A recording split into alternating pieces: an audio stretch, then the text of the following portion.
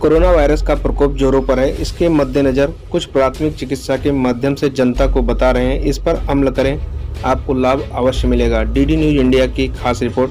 कौसर जुनैद की रिपोर्ट। मैं कौसर जुनैद। क्योंकि आजकल आप सभी समझ रहे हैं और जान भी रहे हैं कि कोरोना बहुत बुरी तरह फैला हुआ है। कोई ना कोई इससे ग्रसित है, कोई ना कोई इससे भयभीत है। तो इस कोरोना को दूर करने के लिए साथियों मैं कुछ घरेलू नुस्खों के साथ कुछ आपको दवाएं बताऊंगा जो आपके लिए बहुत कारगर होंगी, आपके लिए बहुत लाभकारी होंगी, आपके लिए, आपके अपने प्रिय साथियों के लिए, आपके अपने रिश्तेदारों के लिए, आपके अपने जानने वालों के लिए ये बहुत लाभप्रद होगी। तो मेरी सभी बातों को जो मैं बताने जा रहा हूँ उसको बहुत ही गौर से सुने, समझें और इसको आगे भी शेयर करें जिससे आपके अपने प्रियजनों को भी इसका लाभ मिल सके। तो साथियों मैं अपनी बात को यहीं बहुत ज़्यादा ना बढ़ाते हुए मैं शुरुआत करने जा रहा हूँ। साथियों सबसे पहले आप घर पे कुछ आवश्यक किट मैं बताऊंगा कि कुछ दवाएं होंगी उसमें जिसको आप कोरोना के लिए ज़रूर रखिए। तो पहला जिसमें होगा पैरासीटामॉल एक सिंपल डोलो ले लीजिए या कैलपॉल, कुछ भी उसकी एक किट लेके एक पत्ता लेके उसको रखिए आप। दूसरा है बेटाडिन गार्गल माउथ वॉश के लिए। क्या होता है कि जब ये कफ नीचे की तरफ जाता है तो उससे कंजेशन होने लगता है जिससे कोरोना फिर आगे बढ़ के भयंकर रूप लेने लगता है, धीमे धीमे ग्रेजुअली बढ़ता है। तो उसके लिए आप अपना गार्गिल करिए। बेटाडिन माउथ वॉश आता है, किसी भी मेडिसिन शॉप में बेटाडिन माउथ वॉश मिल जाएगा। उसको गार्गिल गर्म पानी कीजिए हल्का सा, उसमें आधा ढक्कन या एक ढक्कन डाल कर उसकी गार्गिल कीजिए। रात में एक बार कीजिए, नहीं तो दिन में सुबह और एक बार रात में कर लीजिए। ये हो गई आपकी दूसरी चीज़। तीसरा आपको जो सबसे ज़रूरी और अहम चीज़ है विटामिन सी और डी ज़रूर रखिए आप। विटामिन सी की आजकल टैबलेट्स भी आती है, अदरवाइज जैसे फ्रूट्स बहुत से हैं जिसमें विटामिन सी मिलेगा। नेचुरल विटामिन डी की टैबलेट्स भी आ रही हैं, बहुत सी चीज़ों में आपको नेचुरल विटामिन डी मिलेगा, वो ज़रूर रखिए। आपकी विटामिन सी की च्यूई करने की भी टैबलेट आ रही हैं आजकल, सेलिन के नाम से आ रही है। सेलिन 500 रखिए। अपने घर के सारे लोगों को एक एक डेली आप उसको आप दे दीजिए, वो च्यू कर लिया करें। दूसरा, भाप लेने के लिए कैप्सूल आती है, उसको स्टीम में करने के लिए एक मशीन आती है, स्टीमिंग कीजिए, उसमें वो डाल लीजिए। वो टैबलेट कार्बोल करके आती है, उसको आप डाल लीजिए, उससे स्टीमिंग डेली कीजिए, अपना कीजिए, सबके घर वालों को भी सबको कराइए। तो ये आपकी हो गई पांचवी चीज़ जो अहम चीज़ है जो आप घर पे आपको रखना है। तीसरा, एक पल्स ऑक्सीमीटर आता है जिससे आपको लगे ऑक्सीजन कभी कभी लो जा रही है तो उसको नापने के लिए होता है। वो सिंपल सा होता है, उंगली में लगा लीजिए। उंगली में लगाने के बाद उससे आपकी पल्स ऑक्सीमीटर और हार्ट रेट दोनों आ जाता है। तो दोनों चीज़ के लिए वो आपके कारगर होगा। ये आप नॉर्मल कंडीशन में अपने पास रखिए, कोई ऐसी चीज़ नहीं है कि बहुत महंगी होगी, 300, 350, 400 की मिल जाएगी आपको, ये भी रखिए अपने पास। और गहरी सांस लेने के लिए, और गहरी सांस लेंगे हर ब्रीदिंग के लिए, फिर छोड़िए। उसके लिए आपके लंग्स की टेस्टिंग होगी, उसको आप करिए, आप प्रैक्टिकली करिए इसको। ये आपसे टेस्ट होगा कि आपका लंग्स कितना काम कर रहा है, कितना फ्रूटफुल है ये आपके लिए। चौथा, आखिरी में लास्ट जो है वो है ऑक्सीजन सिलेंडर। लेकिन ये आप रखिए मत, ये इमरजेंसी के लिए है। ये तो तब जब आपके डॉक्टर की टीम या डॉक्टर अवेलेबल नहीं है, कैसी है, कहीं ऐसी जगह पे जहाँ डॉक्टर नहीं है, उसके लिए रखिए आप। तो वो एक ऑक्सीजन अगर रख सकिए रखिए, नहीं अदरवाइज कोई ऐसी वो नहीं है। अब देखिए, कोरोना के होते हैं 3 चरण। पहला होता है केवल नाक में, नाक से शुरुआत होती है इसकी। रिकवरी का समय जो होता है वो आधा दिन होता है। इसमें आमतौर पर बुखार नहीं होता, इसको एसिम्प्टोमेटिक कहते हैं। और सिर्फ इसमें आप इनहेलिंग करें, स्टीम इनहेल करें, स्टीम 2-3 बार अपने को, बच्चों को, सबको कराएं।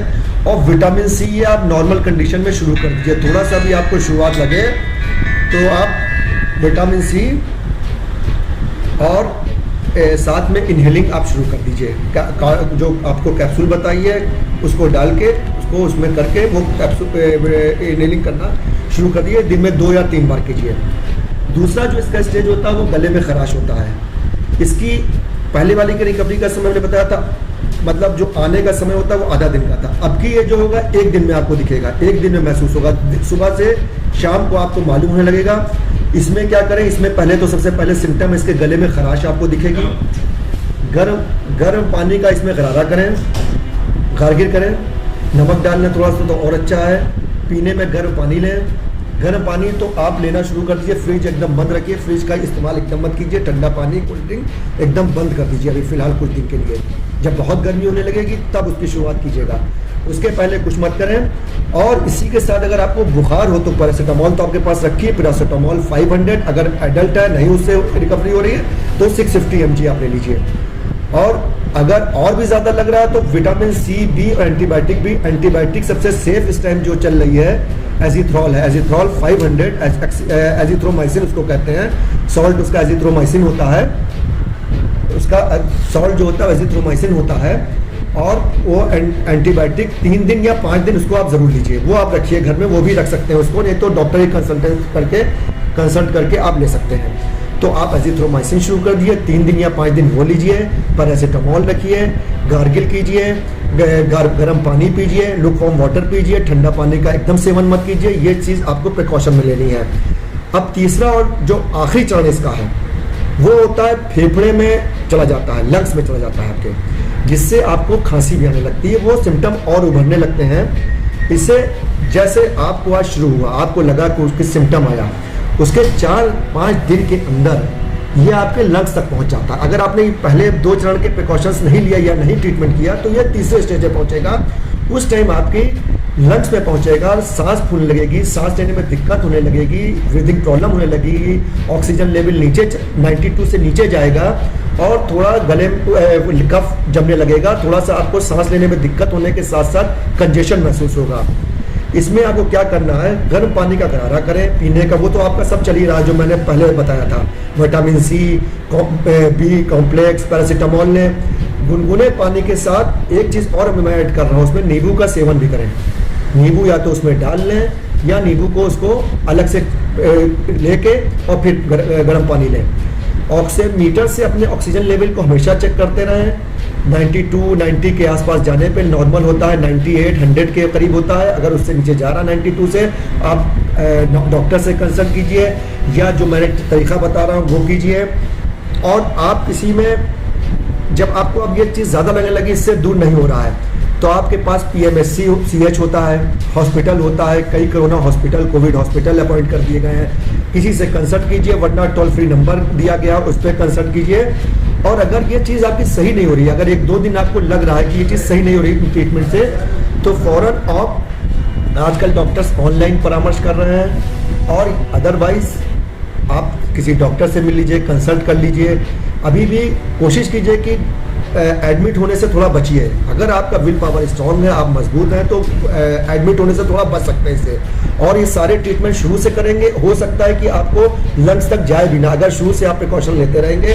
कोविड कोई खतरनाक और गंभीर बीमारी नहीं है, कोविड जब लंग्स पे जाता है तब जाके वो थोड़ा अनफॉर्चुनेटली बढ़ने लगता है वो, और उस टाइम आदमी घबराता है, क्योंकि कोविड नाम से बहुत घबरा रहा है, इसलिए वो जल्दी से जल्दी कुछ करना चाहता है, और वही घबराहट उसके लिए कैजुअलिटी का रूप लेने लगती है फिर आगे बढ़ के। इसलिए घबराएं ना, विल पावर को स्ट्रॉन्ग करें।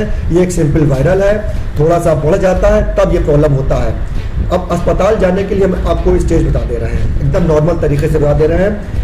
वही हमने जैसे पहले बताया कि अगर 92 से नीचे आ जाए, 98-100 नॉर्मल होती है पल्स ऑक्सीजन लेवल, अगर वो नीचे जाने लगे तब आप थोड़ा सा कंसल्ट कर लीजिए, डॉक्टर से कर लीजिए, बुला लेंगे, कोविड हॉस्पिटल में चले जाइए, वहाँ दिखा लीजिए, जैसा वो कहेंगे वैसा उनके परामर्श लीजिए, उनकी सजेशन लेके काम कीजिए। और सांस फूलना, सबसे पहला सांस लेने में ब्रीदिंग प्रॉब्लम, सांस फूलना, या अगर आप सांस फूलने लगी तो इसका मतलब सांस लेने में दिक्कत